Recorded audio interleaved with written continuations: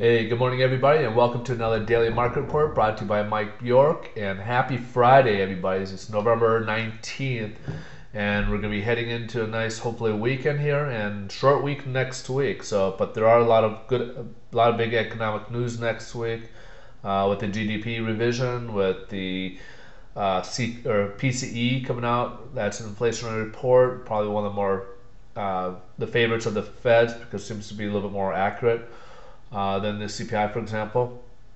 Quite a bit of news next week, so in the short amount of days we have next week. But today we really don't have any economic news releases today, so it's all dependent on the technicals. So the stock market is down a little bit. The big news today is basically China, which we kind of expected they're gonna. What they're doing is they're increasing the bank reserves requirements, to slow down their economy and slow down the control what their inflows of the money that's flowing around in there to control their inflationary issues. What that means is that so that's one of the things that they're trying to do is they're trying to increase the bank's requirements for liquidity ratios, reserve requirements, so to kind of slow down all the lending and stuff. On the counter side, Bernanke made some comments in Frankfurt to the European Central Banking Committee, his defense of the quantitative easing too, basically stating that kind of aimed at a little bit at Congress, but mostly his comments were kind of aimed at China and a few of the other countries, not directly but indirectly.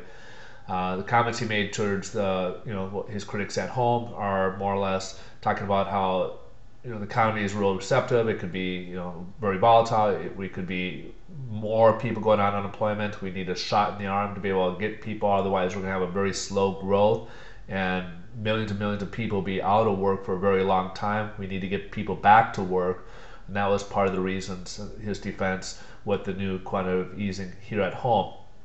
Now, on the broader side is that he's criticizing people like China who have strong growth with strong reserves that are in surplus mode, but yet they're keeping they're manipulating their currencies to lower so they can continue exporting their goods out, where other countries such as the U.S. is in deficit and don't have any growth. So he's kind of shooting it back at China after China's been criticizing the U.S. for the quantitative easing, and basically saying don't call it quantitative easing. He's basically shooting it back at them that you need to adjust your currencies to more proper levels that's acceptable on a global level, because it's affecting global growth, where they're trying to slow down where everybody else can't grow. They're basically stuck. So this is kind of his defense. Europe, they're coming to close to agreement here with the EU and Ireland, and this is just kind of again tip of the iceberg. There's most of Europe. I mean, there's quite a few places in Europe that are also going to be probably in line too. So look for more news in the near future regards to some of these other countries that will probably need some bailouts or some assistance from the European Central Bank over there as well. All right, folks, have a great weekend, and we'll be in touch on Monday.